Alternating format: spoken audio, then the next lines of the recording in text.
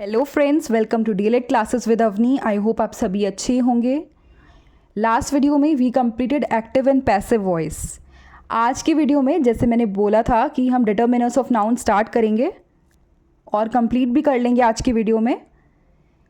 So determiners of noun, चाहे आप DElEd second semester से हों, चाहे आप कोई भी कॉम्पिटिटिव एग्ज़ाम्स की तैयारी कर रहे हों लाइक सीटेट, सुपर टेट या एसएससी, बैंक, व्हाटएवर, सबके लिए इक्वली बेनिफिशियल है। तो आप इस वीडियो को देख सकते हैं। साथ ही इस वीडियो को लास्ट तक देखना, क्योंकि लास्ट में मैं प्रीवियस ईयर्स क्वेश्चंस को डिस्कस करूंगी। So let's get into the video. Determiners of noun. Determiners, जैसे कि आप नाम से समझ पा रहे हैं, निर्धारक। तो जो नाउन के बारे में कुछ ऐसे शब्द जो नाउन के बारे में कुछ डिटेल्स प्रोवाइड करें, उसके पोजीशन के बारे में, उसकी क्वांटिटी के बारे में, उसकी डेफिनेटनेस के बारे में, जो आंसर करें questions which, whose, how many, how much, तो वही डिटरमाइनर्स ऑफ नाउन होते हैं। Determiners are the words that introduce nouns and provide information about quantity, possession, specificity or definiteness. They help define the noun in more detail, specifying which, whose, how many और how much. इसके कुछ types होते हैं, जैसे articles, डेमॉन्स्ट्रेटिव्स, पोजेसिव्स, quantifiers, numbers, इंटेरोगेटिव्स, डिस्ट्रीब्यूटिव्स। Articles जैसे कि ए, N, the, ये हमें हेल्प करते हैं कि नाउन को हम कैसे इंट्रोड्यूस करें। ये डेफिनेटनेस के बारे में बताते हैं या फिर नॉन डेफिनेटनेस के बारे में। जैसे द आपका डेफिनेटनेस के बारे में बताता है, ए एन नॉन डेफिनेटनेस के बारे में बताते हैं।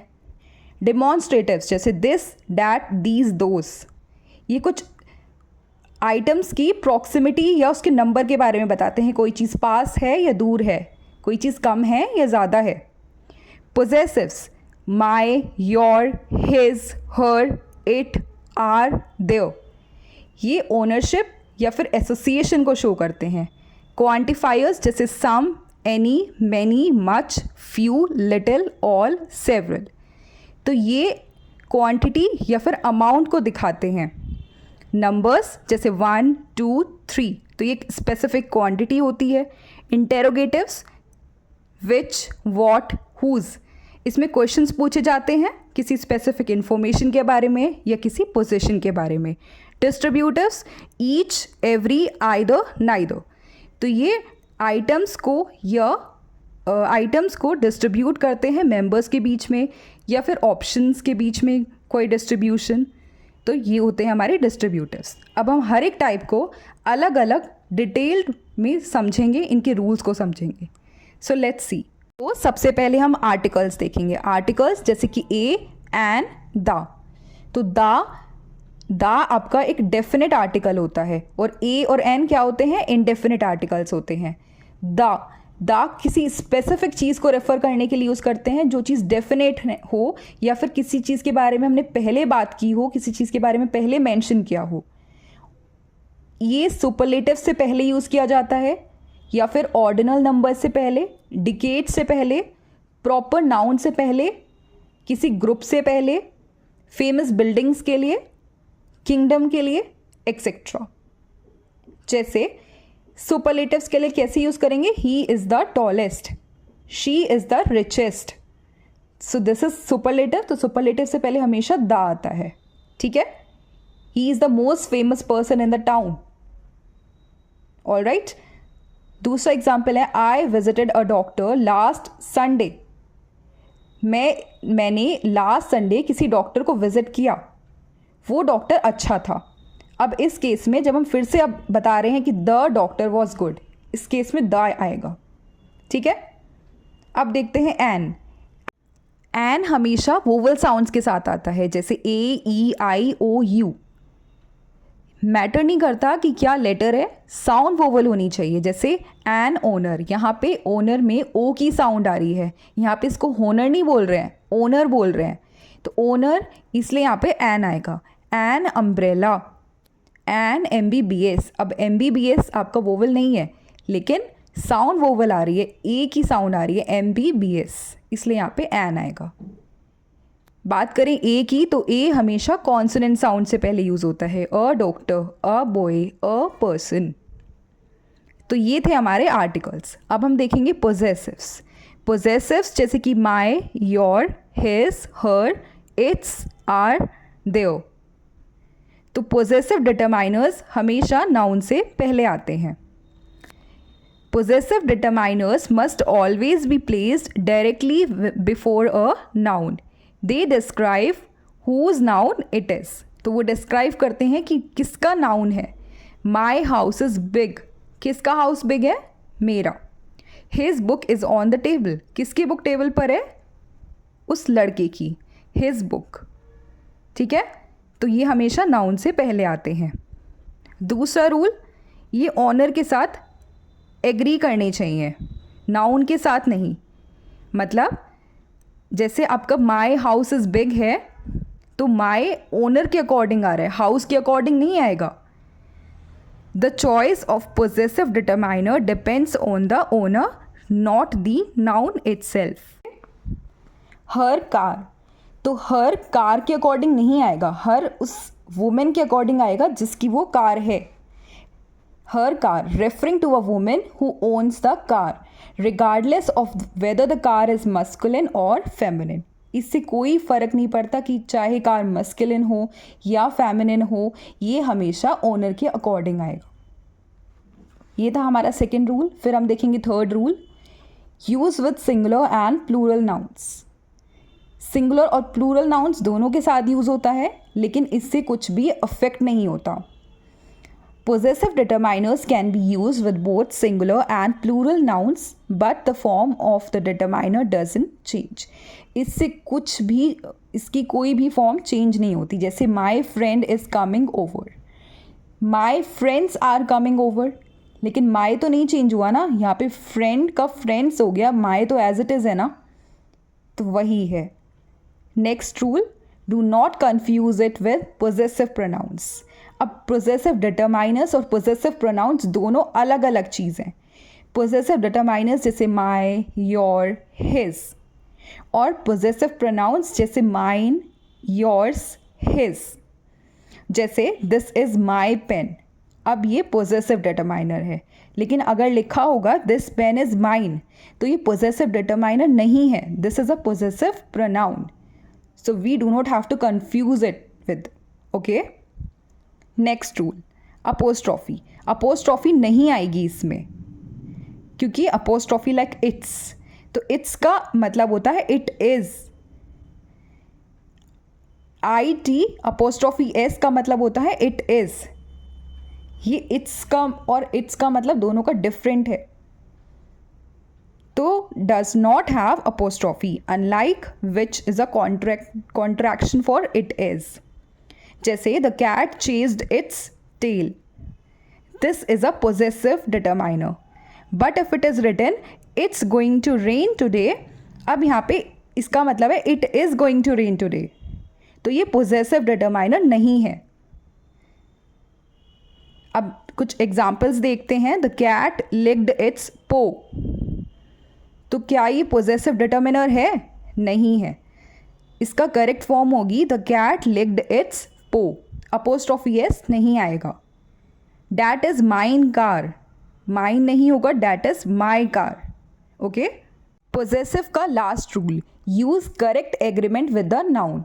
ही लॉस्ट देयर बुक, तो ही के साथ हमेशा हिज आता है, दे के साथ हमेशा देयर आता है, शी के साथ हमेशा हर आता है, इट के साथ हमेशा इट्स आता है। तो इस केस में ही लॉस्ट हिज बुक आएगा। क्लियर है? आई होप आप सभी को समझ में आ गया होगा। अब हम नेक्स्ट देखते हैं हमारा डिमॉन्स्ट्रेटिव्स। डिमॉन्स्ट्रेटिव्स जैसे कि दिस, डैट, दीज, दोज।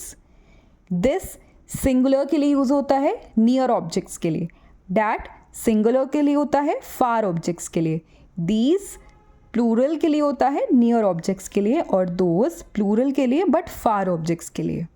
तो ये था हमारा डिमॉन्स्ट्रेटिव्स। अब हम नेक्स्ट देखते हैं क्वांटिफायर्स। तो क्वांटिफायर्स को ध्यान से देखेंगे, ये इंपॉर्टेंट है आपके लिए। Like some, many, few, all, several.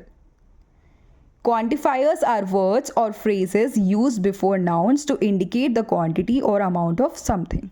तो quantifiers हमेशा noun से पहले आते हैं जो कि किसी चीज़ की क्वांटिटी या अमाउंट को इंडिकेट करते हैं.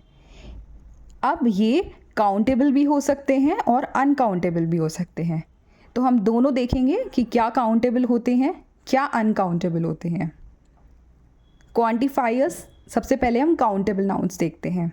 ये कुछ ऐसे क्वांटिफायर्स हैं जो कि सिर्फ काउंटेबल नाउन्स के साथ यूज़ होते हैं, जैसे many students are attending the event. Now here you can count the number of students. तो इसलिए यहाँ पे मैनी आएगा, मतलब मैनी काउंटेबल के साथ यूज़ होता है. A few people left early. Now here you can count the number of people. few problems are left unsolved. You can count the number of problems. 2 problems, 3 problems, 5 problems. Several books were donated to the library. You can count the number of books. Each student must submit their assignment. यहाँ पर आप students को count कर सकते हो. आगे देखते हैं. Both the answers are correct. Answers को काउंट कर सकते हो. Either option works for me. Option को भी दो ऑप्शन है, दोनों को काउंट कर सकते हो. Neither solution is ideal. Solutions को काउंट कर सकते हो. तो ये थे आपके कुछ ऐसे क्वांटिफायर्स जो कि काउंटेबल नाउन्स के साथ ही यूज़ होते हैं. मैं एक बार रिपीट कर देती हूँ क्या क्या होते हैं. ये आपको याद करने पड़ेंगे. कुछ वर्ड्स जो कि सिर्फ काउंटेबल नाउन्स के साथ यूज़ होते हैं, जैसे many, a few repeated after me, several, each, both, either, neither. Again, many, a few, several, each, both, either, neither. अब हम कुछ क्वांटिफायर्स देखेंगे जो कि अनकाउंटेबल नाउन्स के साथ यूज़ होते हैं, जैसे much. There isn't much time left. अब आप टाइम को काउंट नहीं कर सकते हो. 2 टाइम 3 टाइम कर सकते हो, नहीं कर सकते हो. A little. I have a little money saved up. You can not count the money. You can only, आप सिर्फ मनी की वैल्यू को काउंट कर सकते हो, मनी को नहीं काउंट कर सकते हो. तो इसलिए अ लिटिल आएगा. Little. There is little hope of success. अब आप होप को काउंट नहीं कर सकते हो. A bit of. Can I have a bit of sugar. Sugar को काउंट नहीं कर सकते हैं. A great deal of. She has put a great deal of effort into this. Plenty of. There is a plenty of room for everyone. यहाँ पे room से मतलब है स्पेस. आप इसको काउंट नहीं कर सकते हो. ठीक है. तो ये कुछ ऐसे क्वांटिफायर्स हैं जो सिर्फ अनकाउंटेबल नाउन्स के साथ यूज़ होते हैं. आप इनको याद कर लीजिए एक बार. मैं एक बार बोलती हूँ, आप मेरे साथ साथ बोलना. Much, a little, a bit of, a great deal of, plenty of. Again, much, a little, a bit of, a great deal of, plenty of. Now, अब कुछ ऐसे क्वांटिफायर्स हैं जो कि दोनों के केस में यूज़ किए जा सकते हैं, काउंटेबल्स के साथ भी और अनकाउंटेबल के साथ भी. जैसे सम. इसका काउंटेबल एग्जाम्पल क्या है? Some students are absent. तो यहाँ पे काउंटेबल के साथ यूज़ हो गया. I need some advice. तो ये अनकाउंटेबल के साथ भी यूज़ हो गया. A lot of people attended the concert. She has a lot of patience. दोनों के केस में यूज़ हो गया. आगे देखते हैं. Any. Do you have any pens. तो काउंटेबल के केस में भी आ गया ये. I don't have any information. Uncountable के केस में भी आ गया. No, there are no mistakes in the report. There is no water left. तो दोनों के केस में आ रहा है. Enough. We have enough chairs for everyone. There is enough time to finish the project. तो दोनों के केस में आ रहा है ये भी. All children like to play. All the sugar has been used. दोनों के केस में आ गया. None of the students failed. None of the money was spent. तो ये कुछ ऐसे क्वांटिफायर्स हैं जो कि दोनों के साथ यूज़ किए जा सकते हैं. Let's repeat this. Some, a lot of, any, no, enough, all, none. तो ये हमने इसका रूल देखा। अब नेक्स्ट रूल देखते हैं पॉजिटिव और नेगेटिव सेंटेंस का। तो अगर सम यूज़ कर रहे हैं, सम हमेशा पॉजिटिव सेंटेंस में आएगा, एनी हमेशा नेगेटिव सेंटेंसेस के लिए यूज़ होगा। सम is generally used in positive sentences while any is used in negative sentences. जैसे आई हैव सम बुक्स, ये एक पॉजिटिव सेंटेंस है। आई डोंट, अब ये नेगेटिव सेंटेंस आ गया, आई डोंट हैव एनी बुक्स, इसलिए यहाँ पे एनी आएगा। Do you have any books, अब यहाँ पे एक और चीज़ है, नेगेटिव सेंटेंस हो या फिर कोई इंटेरोगेटिव सेंटेंस जिसमें आप क्वेश्चन कर रहे हो, इस केस में भी एनी आता है। तो do you have any books. I hope आपको समझ में आ गया होगा। अब हम इसके कुछ एग्जाम्पल्स देखेंगे, क्वेश्चंस को करेंगे इसके। Fill in the blanks with correct quantifier. There isn't dash milk left in the fridge. तो हमें बताना है यहाँ पे मच आएगा या फिर मैनी आएगा। अब मैंने आपको बताया था कि मच हमेशा अनकाउंटेबल के साथ आता है, मैनी हमेशा काउंटेबल के साथ आता है। तो आप मिल्क को काउंट कर सकते हो, नहीं कर सकते हो, इसलिए क्या आएगा, मच।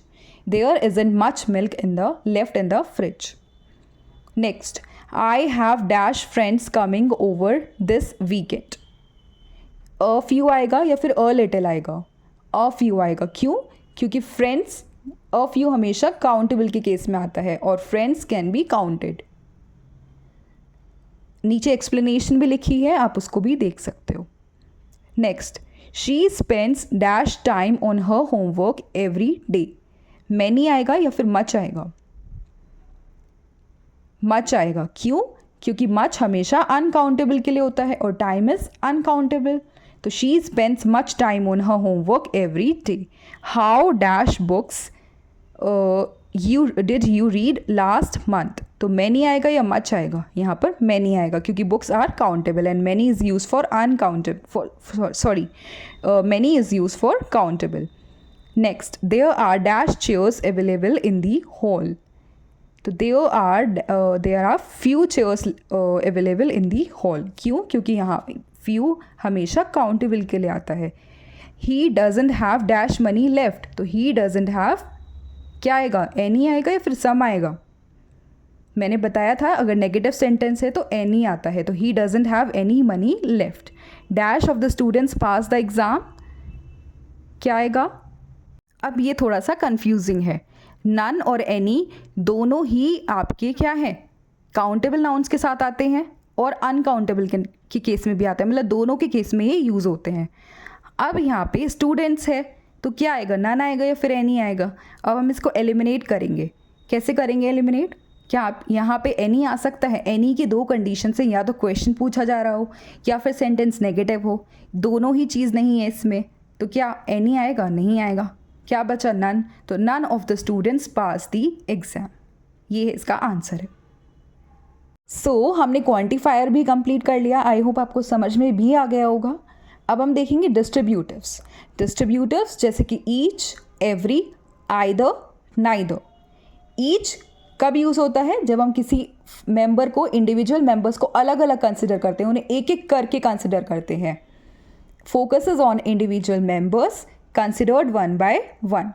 इसके रूल्स क्या होते हैं, जब हम किसी इंडिविजुअल आइटम को या किसी पीपल के बारे में इंडिविजुअली सोचते हैं, अलग अलग करके सोचते हैं, ये हमेशा, इसके बाद हमेशा सिंगुलर नाउन या प्रोनाउन आता है। और प्लूरल नाउन कब आता है साथ में, जब इसके बाद ऑफ हो।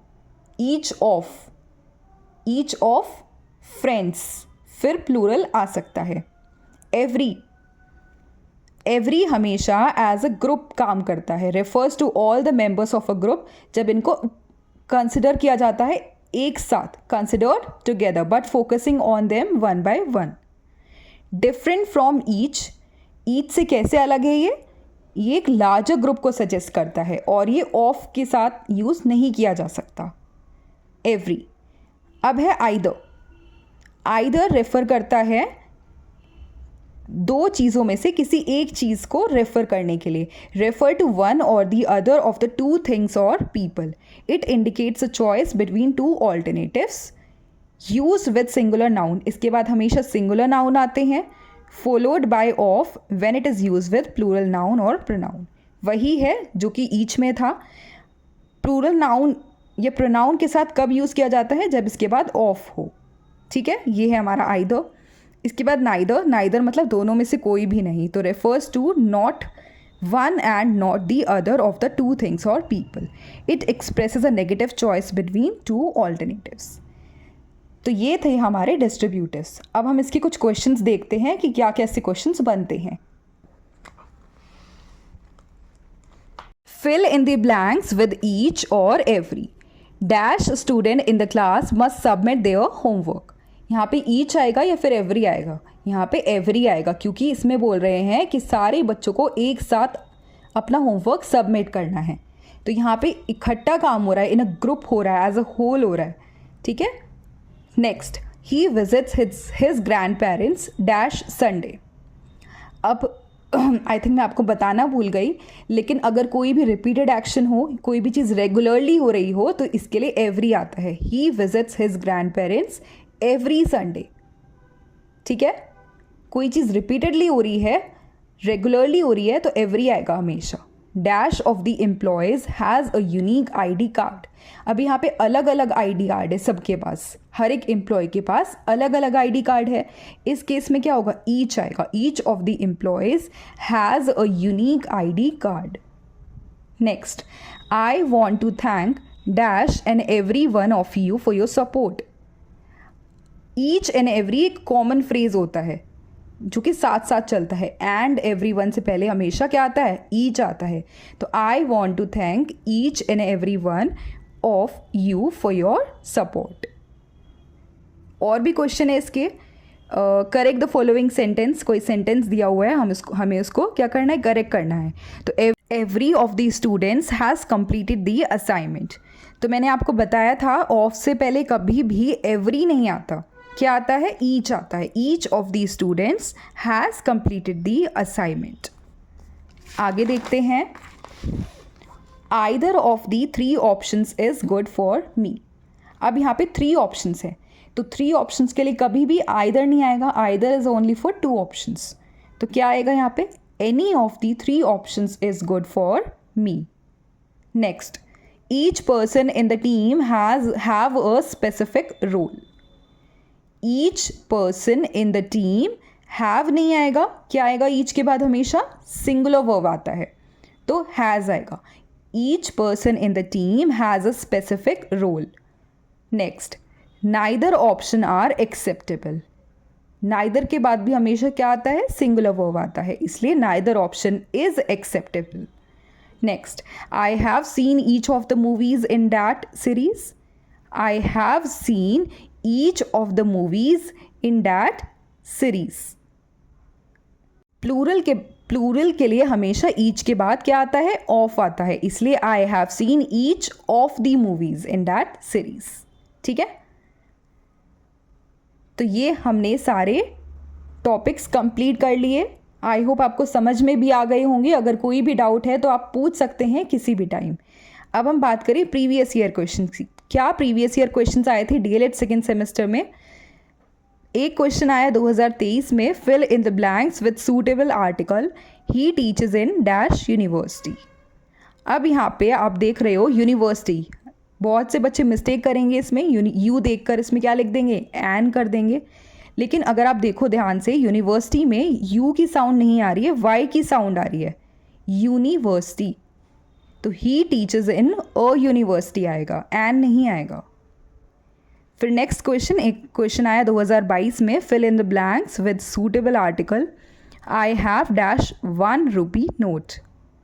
यहाँ पर ओ देखकर भी मिस्टेक करेंगे बच्चे, ओ के एन लिख देंगे साथ में, क्योंकि ओ वोवल है। बट यहाँ पे वोवल साउंड नहीं आ रही है, क्या साउंड आ रही है? डब्लू की साउंड आ रही है 1 से। तो क्या आएगा? आई हैव अ 1 रुपी नोट। आगे देखते हैं।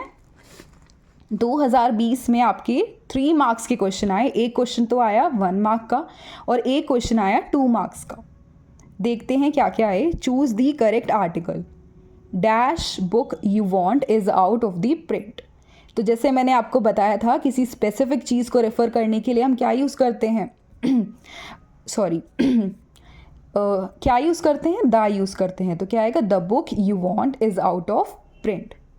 एक और क्वेश्चन आया, fill in the blanks by selecting appropriate articles from the bracket.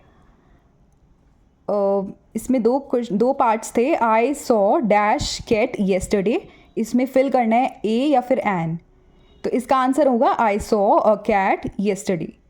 एक और था इसका part, I have dash orange, तो आई हैव एन ऑरेंज। तो ये थे इसके प्रीवियस ईयर क्वेश्चंस। तो आज हमने ये वाला टॉपिक भी कंप्लीट कर लिया, determiners of noun. I hope आप सभी को समझ में आ गया होगा अच्छे से। तो चलिए अब हम नेक्स्ट वीडियो में कंटिन्यू करेंगे। अगर आपको वीडियो पसंद आ रहा है इसे लाइक करें और कमेंट करके अपने डाउट ज़रूर शेयर करें। मैं टाइमली आपके डाउट्स को सॉल्व करूंगी, और साथ ही चैनल को सब्सक्राइब ज़रूर करें ताकि जो भी रीसेंट अपडेट हो वो आपके पास सबसे पहले पहुंच जाए। तो हम मिलेंगे नेक्स्ट वीडियो में, तब तक के लिए stay happy, stay healthy. Thank you so much.